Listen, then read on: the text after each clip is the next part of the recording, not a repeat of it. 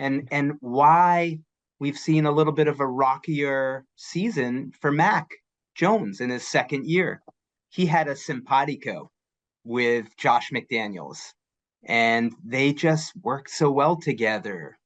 And when you think about the Patriots over Bill Belichick's 23 years as coach, you had Charlie Weiss as the offensive coordinator. And then they sort of kept it in-house to Josh McDaniels, same system. And then they kept it in-house to Bill O'Brien. And then they kept it in-house with Josh McDaniels coming back. This year, they actually did more of a teardown. Like, it wasn't that same smooth, we're rolling in to the next coach. It's Matt Patricia and Joe Judge. They're good coaches, but they've really changed the system. And I sense from Mac some not as comfortable, right? Not as comfortable, whether it's with the X's and O's, the personalities. Josh had like this calming effect on him. And I see Mac making mistakes that I didn't see as much last year. He's got 6 interceptions already this season. And remember, he's missed 3 games. Yeah. So 6 in basically 4 games. Way too much, So gives you a little feel for what's happening in New England. You're telling me that 2 coaches in Patricia and Joe Judge with a combined, and I'm trying to get my numbers right here, 2 seasons coaching the offensive side of the ball could not form a brain trust and develop a good offense? That's crazy to me. I would never have seen it coming. I think it's the surprise of the year. I feel the sarcasm, Marcel. Rich, were you coming in with something? I want to ask Mike, and I have a tremendous amount of respect for Bill Belichick. I knew him back in the day when he was with the Jets. I've seen him do his genius against the Jets. So I respect the man. But I do have to ask you this question, Mike.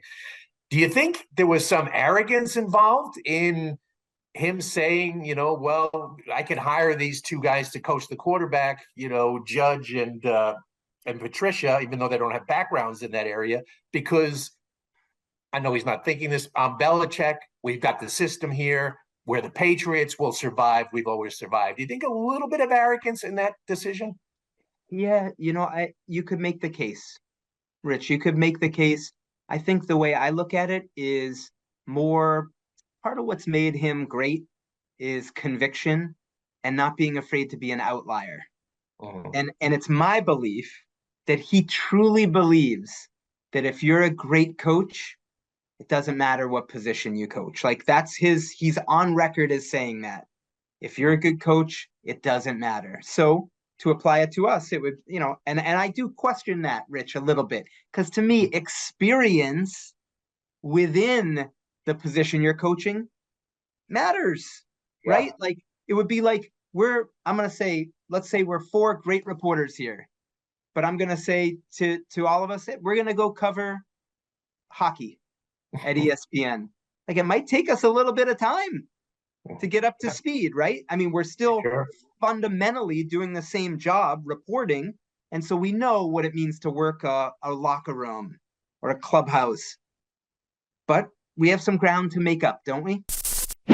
Thanks for watching ESPN on YouTube. For live streaming sports and premium content, subscribe to ESPN+.